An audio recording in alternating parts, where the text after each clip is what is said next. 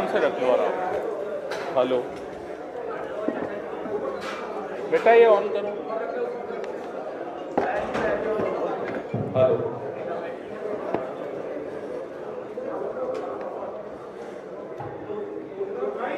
हमारे बहुत सम्मानित पत्रकार और छायाकार मित्रों, आप सबका मैं प्रदेश कांग्रेस कमेटी दिल्ली की ओर से आज के इस विशेष पत्रकार वार्ता में आने के लिए, अपना समय देने के लिए बहुत बहुत स्वागत करता हूं।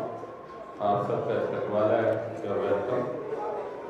हमारे आज की इस विशेष प्रेस वार्ता को मुख्य रूप से हमारे AICC के मीडिया और पब्लिसिटी डिपार्टमेंट के चेयरमैन माननीय श्री पवन खेड़ा जी संबोधित करेंगे, और उससे पहले कि वो इस विशेष प्रेस वार्ता को शुरू करें, मैं आपको दो इन्फॉर्मेशन शेयर कर रहा हूँ इस मंच से, जिसके लिए हमारे काफ़ी साथियों को उत्सुकता भी थी कि आने वाले वेडनेसडे को 22 मई हमारे ऑनरेबल कांग्रेस प्रेसिडेंट श्री मल्लिकार्जुन खड़गे जी नॉर्थ वेस्ट लोकसभा क्षेत्र के बादली विधानसभा में शाम को 5 बजे पब्लिक मीटिंग को एड्रेस करेंगे।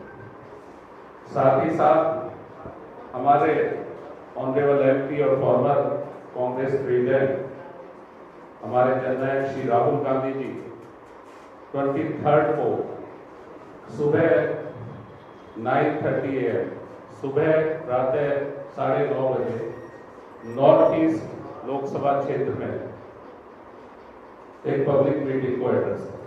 तो ये सूचना मुझे आपको देनी थी, और जो आज की प्रेस वार्ता है उसको शुरू करने के लिए, क्योंकि ये विशेष रूप से हमने श्री पवन खेड़ा जी को आमंत्रित किया है। आप जानते हैं कि श्री पवन खेड़ा जी दिल्ली को बहुत बेहतर तरीके से जानते हैं, समझते हैं, और हमेशा उनका जो योगदान, उनका जो अतुलनीय योगदान मैं कहूँगा, हमारी फॉर्मर चीफ मिनिस्टर माननीय स्वर्गीय श्रीमती शीला दीक्षित के साथ जो रहा, इसलिए हमने ये सौभाग्य के आज वो इस प्रेस वार्ता के लिए समय निकाल के आए।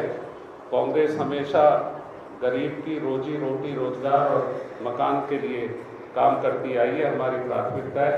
और मैं श्री पवन खेड़ा जी से इसी संदर्भ में मैं निवेदन करूंगा कि वो आज की इस प्रेस वार्ता को संबोधित करें। धन्यवाद अनिल भारद्वाज जी। मंच पर आसीन हमारे वरिष्ठ नेता। दिल्ली देश की राजधानी होने की वजह से, आप सेटल हो जाइए फिर मैं शुरू करूं। देश की राजधानी होने की वजह से दिल्ली के जो मुद्दे होते हैं वो राष्ट्रीय मुद्दे होते हैं। दिल्ली प्रतिबिंब है पूरे देश में जो हो रहा होता है उसका। आज अगर श्रमिकों की स्थिति, झुग्गी झोंपड़ियों में रहने वाले हमारे भाई बहनों की स्थिति दिल्ली में दयनीय है, तो आप समझ लीजिए कि ये प्रतिबिंब पूरे देश का है। पूरे देश में क्या हो रहा है पिछले 10 साल से, वो दिल्ली को देखकर आपको आभास हो जाता है। हमारे नौजवान नेता राहुल गांधी बार बार एक शब्द का इस्तेमाल करते हैं, न्याय। वो अपने आप में एक शब्द नहीं है, वो निचोड़ है हमारे संविधान का, कांग्रेस पार्टी की विचारधारा का, और इस देश की, इस सभ्यता की, इस संस्कृति कि जितने भी मूल मंत्र हैं उन सब का निचोड़ इस एक शब्द में है, न्याय। जब राहुल जी 4000 किलोमीटर पसीना बहाते हुए इस देश की सड़कों पर चले और जब दिल्ली पहुंचे, आप में से कई लोग उस यात्रा में शामिल हुए थे दिल्ली में, मैंने आपको देखा भी था। यहाँ भी संवाद हुआ, अलग अलग स्तर में अलग अलग वर्गों से, समाज के भिन्न वर्गों से उनका संवाद हुआ, और उस संवाद से जो निकल कर आया वो हमारा न्याय पत्र है। जो हमारा घोषणा पत्र है, जिसको हम अपना अंग्रेजी में मैनिफेस्टो कहते हैं, पिछले 10 साल से ऐसा लगता है कि दिल्ली को किसी की नजर लग गई। 15 साल दिल्ली ने पूरे विश्व में देश का नाम रोशन किया। मेट्रो आई, इतने फ्लाईओवर्स आए, प्रदूषण रहित सार्वजनिक यातायात पूरा शुरू हुआ। पूरे विश्व ने अचंभे से देखा कि ये दिल्ली कैसे कायाकल्प हो गया दिल्ली का। शायद इसी वजह से दिल्ली को नजर लगी। जब से केंद्र में भारतीय जनता पार्टी की सरकार आई है, ऐसा लगता है कि वो दिल्ली से बदला लेना चाहते हैं, क्योंकि 1998 से लेकर आज तक दिल्ली ने भाजपा को फिर मौका नहीं दिया। 93 में एक ही बार मौका दिया था, उसके बाद 98, 2003, 2008, 2013, 2015, 2020 इतने चुनाव हो गए और भाजपा को दिल्ली ने मौका नहीं दिया। ये दर्शाता है कि भाजपा की पोल दिल्ली वाले की आंखों में, उनकी आंखों में खुल गई और दिल्ली भाजपा की रग रग से वाकिफ है। दिल्ली को भाजपा मूर्ख नहीं बना सकती। मैं बार बार ये सोचता हूं कि दिल्ली को नजर लगी। अब समझ में आता है कि ना केवल नजर लगी है, एक बदले की भावना से ओतप्रोत केंद्र सरकार, जो बना बनाया ढांचागत जो हमने यहां व्यवस्था बनाई थी, उसको छिन्न भिन्न करने पर आमादा है। जो योजनाएं हम लाए थे, अनधिकृत कॉलोनियों पर विशेष तौर पे, मुझे याद है स्वर्गीय शीला जी चिंतित रहती थी कि इनको कैसे हम नियमितीकरण करें इनका, और भागादौड़ी करके केंद्र सरकार से भी जद्दोजहद करके, अफसरशाही से जद्दोजहद करके, विशेषज्ञों से राय मशविरा करके फिर हमने उनका नियमीकरण किया, सर्टिफिकेट्स बांटे, मूलभूत सुविधाओं की तरफ वो प्रक्रिया शुरू की। लेकिन उन सब पे पहले अर्धविराम लगा और अब पूर्ण विराम लग गया। बड़े बड़े नारे, बड़े बड़े नाम योजनाओं के देने में हमारे प्रधानमंत्री बड़े पारंगत हैं। प्रधानमंत्री उदय योजना सुना होगा आपने। यहां का जीवन, झुग्गी झोंपड़ियों में, अनधिकृत कॉलोनियों में रहने वाले 70% लोगों का जीवन, उदय शब्द उनका इस्तेमाल उनके लिए करना भी उनका अपमान है, क्योंकि उनके जीवन में सूर्योदय होते हुए उन्होंने नहीं देखा। अंधेरेमयी जिंदगी वो जी रहे हैं। जो धांधली उदय योजना में हो रही है रजिस्ट्री के नाम पर, आप लोग खोजी पत्रकार हैं, आप में से कई लोग, जब मैं दिल्ली सरकार में था तो कुछ बच्चे थे, कुछ नौजवान थे, कुछ मेरी उम्र के थे। अब मैं पता नहीं किस उम्र का हूं, नौजवान में तो नहीं मानूंगा अपने आप को, लेकिन मेरे साथ आप में से कई लोग बड़े हुए, अपने अपने प्रोफेशन में भी बड़े हुए। आपने देखा दिल्ली की यात्रा। अब जब हम निकलते हैं दिल्ली में, आरोप प्रत्यारोप मोदी सरकार जो कर रही है, जिस तरह से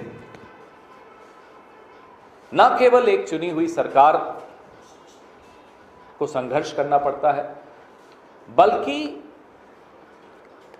वोटर को आप उसकी जिंदगी के विषय में सोचे बगैर सिर्फ छोटी राजनीति, हल्की राजनीति से ही आप प्रेरित हो, ये हमारा नरेंद्र मोदी की सरकार पर आरोप है, उनकी पार्टी पर आरोप है। बहुत छोटी राजनीति इस शहर में होने लगी, पहले ऐसा नहीं होता था। हमने अटल जी का भी दौर देखा, हमारा डॉक्टर मनमोहन सिंह की यूपीए की सरकार तो खैर स्वर्णिम युग था ही दिल्ली के लिए, लेकिन अटल जी की सरकार में हाँ संघर्ष करना पड़ता था, ऐसा नहीं कि संघर्ष नहीं करना पड़ता था शीला दीक्षित जी की सरकार को, लेकिन फिर भी राजनीति का एक स्तर होता था। दिल्ली की चिंता सबको होती थी, और नहीं होती थी तो शीला जी, मुझे अच्छी तरह याद है, एक दिन अटल जी के यहाँ बैठक हुई, मेट्रो के संबंधित कुछ अप्रूवल्स लेने थे। हारून यूसुफ जी भी हमारे साथ थे, हमारे अनिल भारद्वाज जी भी थे उस बैठक में। अटल जी ने साफ इनकार कर दिया था। कभी हारून जी से आप ये किस्सा ज़रूर सुनिएगा, बड़ा रोचक किस्सा है। चाय भी पिलाई अटल जी ने, बड़े प्रेम से बात की, आदर से बात की, लेकिन फाइल अप्रूव नहीं की। उनके अफसरों ने वहीं कमरे में आकर कहा कि नहीं साहब ये अप्रूव नहीं हो सकती। शीला जी ने कहा एक चाय और पिलाई। मैं बड़ा हैरान कि शीला जी दिन के वक्त 2 बार चाय पी रही हैं, समझ में आया नहीं। चाय और आई। फिर शीला जी ने एक बहुत ही सुलझे हुए सधे हुए शब्दों में अटल जी को कहा, अटल जी मैं बड़ी मायूस होकर जा रही हूँ, बाहर जब मीडिया वाले मेरे साथी खड़े हैं तो मैं उनको कहूँगी अटल जी को दिल्ली वालों की चिंता नहीं है। अटल जी ने शीला जी का हाथ पकड़ा और बोला बैठो। वो समझ गए कि शीला जी बहुत ही सलीके से एक धमकी दे रही हैं और फिर अफसरों को बुलाया अटल जी ने। सारी फाइलें वापस टेबल पे खुली, 6 फाइलें ले गई थी, 6 की 6 अप्रूव करके 2 घंटे बाद हम बाहर आए और मीडिया वालों को शीला जी ने, उनकी आपको स्माइल याद होगी, बड़ी अच्छी तरह से उन्होंने वो मुस्कान दी और बोला चलो सचिवालय वहाँ बात करेंगे। आप में से कुछ लोगों को शायद ये किस्सा याद होगा। तो विधानसभा की बात है, हमारा पुराना सचिवालय जहाँ चलता था, फिर आप लोग वहाँ आए थे। तो बड़े रोचक किस्से उस वक्त के मुझे याद आते हैं जब आज की केंद्र सरकार को मैं देखता हूँ। अटल जी उस वक्त भी नरेंद्र मोदी को राजधर्म याद दिलाते दिलाते खत्म हो गए। आज फिर मुझे लगता है कि 10 साल से इस व्यक्ति को राजधर्म नहीं समझ में आया, नहीं तो दिल्ली की ये हालत नहीं होती। आजकल प्रधानमंत्री आपके चैनल्स में से भी कईयों को इंटरव्यू दिए हैं, मैं देख रहा हूँ, एक चैनल को 4 इंटरव्यू दे रहे हैं।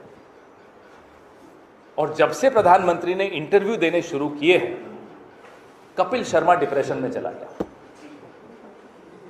उसकी टीआरपी खत्म हो गई। अब कितना मनोरंजन लेगा आदमी एक दिन में? हंस हंस के लोग लोटपोट हो रहे हैं। प्रधानमंत्री जाते जाते जो आपका और मेरा मनोरंजन कर रहे हैं, उसमें तो उनको आपको साधुवाद देना ही चाहिए, लेकिन झूठ बहुत बोलते हैं।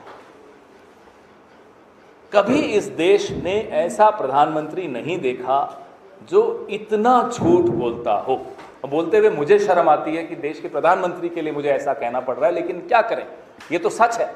मैं सच भी नहीं बोलूं प्रधानमंत्री के विषय में तो कैसे काम चलेगा? हो सकता है हवाई जहाज से फिर पुलिस वाले उतार के ले जाएं, वो कोई बात नहीं, लेकिन झूठ बोलते हैं। झूठ पति पत्नी आपस में बोलें तो भी रिश्ते में गांठ आ जाती है। हम अपने माता पिता से झूठ बोलते थे तो रात को हमें भी ग्लानि होती थी, नींद नहीं आती थी, अब झूठ बोला आज माता पिता से। समाज में हम एक दूसरे से रिश्ते जब रखते हैं, मित्रता के रिश्ते होते हैं, मैत्री के रिश्ते होते हैं, उसमें भी हम सत्य बोलने की कोशिश करते हैं। हमारे हर धर्म में, हर मजहब में सत्य बोलने पर एक बड़ा उसको महत्व दिया गया है। देश का राजा अगर झूठ बोलता है तो मेरा आपका तो नुकसान जो हो रहा है वो हो ही गया 10 साल, आने वाली पीढ़ियों का वो नुकसान करता है। वो इस देश के राजा ने किया है पिछले 10 साल। एंटायर पॉलिटिकल साइंस दिल्ली विश्वविद्यालय में तो मेरे को नहीं लगता है, पता नहीं किस यूनिवर्सिटी में ये डिग्री है जो प्रधानमंत्री को मिली है, एंटायर पॉलिटिकल साइंस। ये ऐसी डिग्री है साहब कि आपको विरोधी दल का मैनिफेस्टो बिना पढ़े आप उसके बारे में अनर्गल बोलना शुरू कर देते हैं, जैसा कि प्रधानमंत्री ने बोलना शुरू किया हमारे मैनिफेस्टो के बारे में। आप 10 साल से सत्ता में हैं, आप अपनी बात कीजिए, हमारी निंदा कीजिए। नेहरू जी की निंदा आपको करना बड़ा अच्छा लगता है क्योंकि उनकी बराबरी, उनके पांवों की धूल के बराबरी आप नहीं कर पाएंगे, तो आप उनकी निंदा कीजिए, लेकिन अपने 10 साल का लेखा जोखा भी तो पत्रकारों के सामने रखिए, देश के वोटर के सामने रखिए, जिसके सामने आप फिर से वोट मांगने गए हैं। हम और आप बचपन से एग्जाम देते आए, यहां तक पहुंचे, आप और हम अभी भी एग्जाम दे रहे हैं। आप अपनी प्रोफेशन में एग्जाम देते हैं साहब, कितनी बायलाइंस आई महीने में? जब असेसमेंट होती है आपकी, इंक्रीमेंट के लिए जब आप निवेदन करते हो अपने संपादक को, तो एक लिस्ट सामने होती है संपादक के कि 1 महीने में कितनी बायलाइंस हुई। हमारी भी वही स्थिति होती है कमोबेश। जब हम संघर्ष करते हैं, तपस्या करते हैं आगे बढ़ने के लिए, तो हम भी बताते हैं साहब कि हमने ये किया था। आप बड़ा हंस रहे हैं तपस्या शब्द पर। तो फिर प्रधानमंत्री को ऐसा एग्जेम्पशन तो नहीं मिल सकता, वो कोई अपवाद तो हो नहीं सकते। उन्हें भी अपनी रिपोर्ट कार्ड इस देश के सामने हर 5 साल में रखनी चाहिए। क्या ये गलत मांग है राहुल गांधी जी की, या मल्लिकार्जुन खड़गे साहब की, या आप में से जितने वोटर हैं उनकी, या पत्रकारों की, या विपक्षी दलों की, इंडिया गठबंधन की? हम सबकी एक ही तो मांग है साहब कारण बताइए कि क्यों 1 घंटे में इस देश के 2 नौजवान आत्महत्या करते हैं? यही तो सवाल पूछ रहे हैं हम। कारण बताइए क्यों एक दिन में 30 किसान आत्महत्या करते हैं? कारण बताइए क्यों 1 घंटे में 4 महिलाओं की इज्जत लुटती है इस देश में? क्या गलत सवाल है ये? क्यों नहीं जवाब देते आप?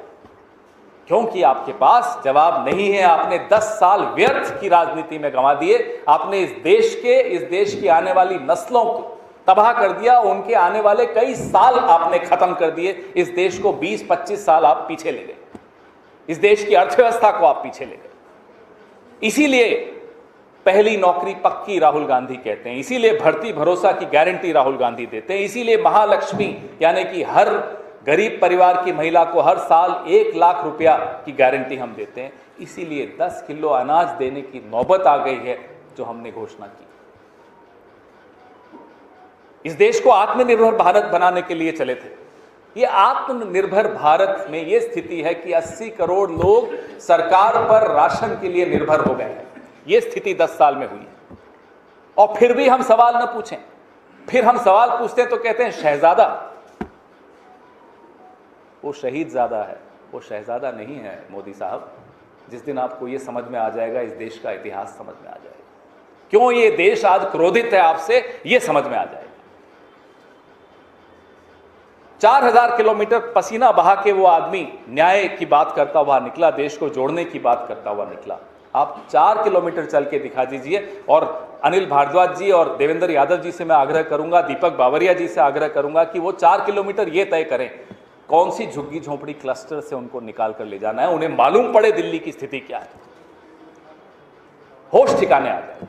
शायद चुनाव लड़ना बंद कर देंगे, वाराणसी से अपना नाम वापस ले लेंगे, क्योंकि थोड़ी सी भी अगर शर्म बची होगी प्रधानमंत्री में तो राजनीति से संन्यास लेने का समय यह है। और कारण भी ये है। दिल्ली के विषय में आपसे रोज हमारे साथी मुखातिब होते हैं। मैंने थोड़ा राष्ट्रीय स्तर पे बात करने की कोशिश की, क्योंकि अखिल भारतीय कांग्रेस कमेटी का मैं प्रतिनिधित्व कर रहा हूं। दिल्ली से मोहब्बत बहुत है, मेरी कर्मभूमि रही है। लेकिन फिर भी मुझे लगता है कि दिल्ली वालों को पूरे देश की स्थिति देखनी चाहिए। जिस तरह से हमारे आसपास के राज्यों में, कल पंजाब में था, में किसानों की स्थिति है, उस पर भी दिल्ली वालों को भी सोचना जरूरी है। हमारे जो जवान हैं, हमारे जो किसान हैं, हमारी ये महिलाएं हैं, इन्हीं सबके वोट से गुजरात से ये 2 लोग राजधानी आए हैं। लेकिन राजधानी में जब महिला पहलवान प्रोटेस्ट करती हैं तो उन पर लाठियां बरसाई जाती हैं, राजधानी उनके लिए बंद हो जाती है। राजधानी में जब अग्निवीर के नौजवान आते हैं, साहब हमें 4 साल में रिटायर मत कीजिए, तो उन पर लाठियां बरसाई जाती हैं, उनको धक्के मार के राजधानी से बाहर कर दिया जाता है। राजधानी में जब किसान आना चाहते हैं तो कील बिछा दिए जाते हैं सड़कों पर। इस सब का जवाब हमें अब नरेंद्र मोदी से मांगना है और वोट के माध्यम से इसका जवाब उन्हें देना भी है। आपके सवाल,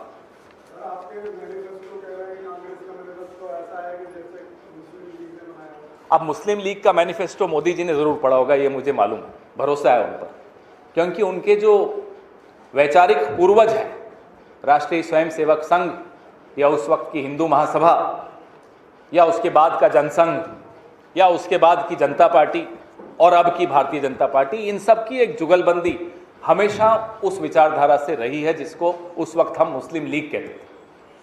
वो जुगलबंदी की पराकाष्ठा हुई थी 1942 में, जब हम लोगों ने प्रांतीय असेंबली से इस्तीफा दिया था भारत छोड़ो आंदोलन में शामिल होने के लिए। तब ये लोग अलायंस किया था, इन्होंने मुस्लिम लीग से गठबंधन किया था, सरकारें बनाई थी 3 जगह पर, 3 प्रांतीय असेंबलीज में, और पाकिस्तान का प्रस्ताव वहीं पारित हुआ था। तो मैं जुगलबंदी का आपको एक उदाहरण दे रहा हूँ। श्यामा प्रसाद मुखर्जी के रिश्ते मुस्लिम लीग से बड़े घनिष्ठ थे, और आज नरेंद्र मोदी के कहाँ कहाँ क्या क्या रिश्ते हैं मुझे बताने की जरूरत नहीं है, आप भी जानते हैं। हाँ, इतना बता दूं कि हमारे मैनिफेस्टो में कहीं हिंदू मुस्लिम शब्द लिखा हो तो चुनौती है प्रधानमंत्री को। चुनौती से वो डरते हैं। राहुल गांधी ने चुनौती स्वीकार कर ली थी डिबेट करने की, आज 14वां दिन हो गया है, प्रधानमंत्री अभी भी डरे हुए घूम रहे हैं। हाँ बोलिए सर।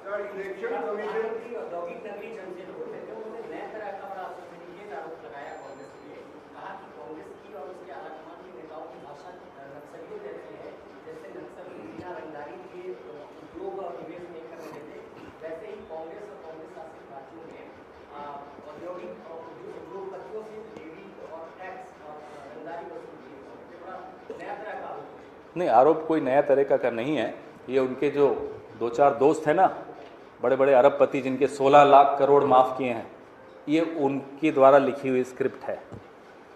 वो लोग क्या चाहते हैं, अगर उनका बस चले तो संविधान को वो नक्सलवादी कह देंगे, क्योंकि संविधान के खिलाफ भारतीय प्रधानमंत्री का जो षड्यंत्र रचा जा रहा है उनके द्वारा, वो सबके सामने है। समानता की बात हमारा संविधान कहता है, क्या ये नक्सलवादी बात है? आप अमीरों से के ऊपर पूरे देश का धन लुटा दें और मध्यम वर्ग को तबाह कर दें, व्यापारी को तबाह कर दें, एमएसएमईज को, छोटे उद्योगों को, लघु उद्योगों को तबाह कर दें। 27 करोड़ लोगों को डॉक्टर मनमोहन सिंह ने गरीबी रेखा से ऊपर उठाया था। पिछले 10 साल में वो 27 करोड़ फिर से गरीबी रेखा के नीचे चले गए और 14 करोड़ और उसमें शामिल हो गए। क्या ये चाहते हैं, इस तरह का देश चाहते हैं प्रधानमंत्री? 72,000 करोड़ का ऋण माफी किसानों की डॉक्टर मनमोहन सिंह की सरकार ने, सोनिया जी के निर्देशन में यूपीए की सरकार ने किया था। फिर भी अर्थव्यवस्था पटरी पर रही, दौड़ती रही, किसी को नुकसान नहीं होने दिया। ये 16 लाख करोड़ रुपए लुटा कर बैठे अपने दोस्तों पर। इनको समानता शब्द से नफरत है। प्रधानमंत्री को कटघरे में खड़ा करना चाहिए अदालत में इस तरह की बात करनी, क्योंकि ये गैर संवैधानिक बात करते हैं।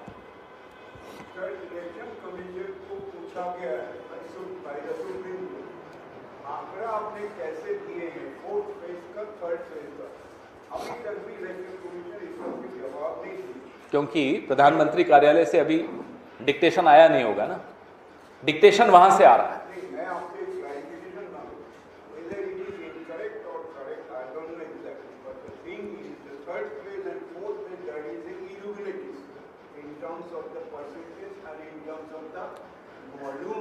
The voter has a right to know. Every single voter of this country has a right to know whether he or she is in politics or not, whether he or she is in journalism or not, doesn't matter, because our votes are equal. My vote and the vote of Gautam Adani are same. The value is the same, even if he doesn't send me any auto rickshaws, tempos full of money. The issue here is the election commission, their hands tremble when it comes to sending a notice to the Prime Minister of India.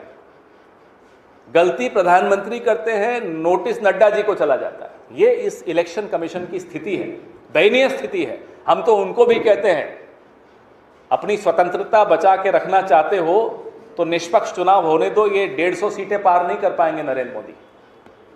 लेकिन शायद चुनाव आयोग को स्वतंत्रता पसंद नहीं है, जैसे आरएसएस को स्वतंत्रता पसंद नहीं थी जब हम आंदोलन करते थे, हमारी पार्टी आंदोलन करती थी, वो गुलाम ही रहना चाहते थे।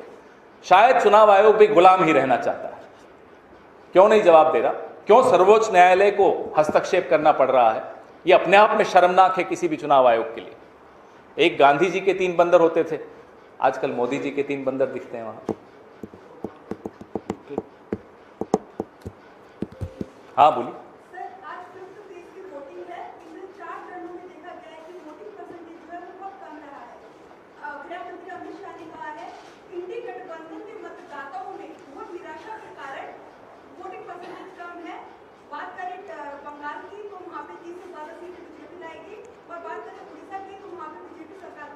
अब देखो, 2 मुंगेरी लाल हैं इस देश में, एक बड़ा मुंगेरी लाल, एक छोटा मुंगेरी लाल। सपना देखने दो, 4 तारीख को मालूम पड़ जाएगा। लेकिन नड्डा जी कुछ बदला ले रहे हैं नरेंद्र मोदी से, मुझे लगता है। आज मैं भी एक सनसनीखेज खुलासा आपके शब्दों में बता रहा हूं। परसों नड्डा जी ने कहा, अब हमें आरएसएस की जरूरत नहीं, हम आरएसएस से बड़े हो गए। भाई, या तो घमंड से बोला, वैसे नड्डा जी बड़े अच्छे आदमी, सॉफ्ट स्पोकन आदमी, मुझे लगता नहीं घमंडी हैं। ये दोनों गुजराती भाइयों से तो कम ही घमंडी होंगे। हिमाचल के लोग होते भी बड़े अच्छे हैं। अगर घमंड से नहीं बोला तो षड्यंत्र है। इन दोनों गुजराती भाइयों के खिलाफ नड्डा जी ने एक षड्यंत्र किया, कहा हम आरएसएस से बड़े हो गए। तो हो सकता है आरएसएस बदला ले रही हो, अब वोटर निकलता ही नहीं है इनका। हमें तो यही समझ में आ रहा है। जो भी हो, इस चुनाव में तय हो जाएगा कि आरएसएस छोटी है या बड़ी है, मालूम पड़ जाएगा।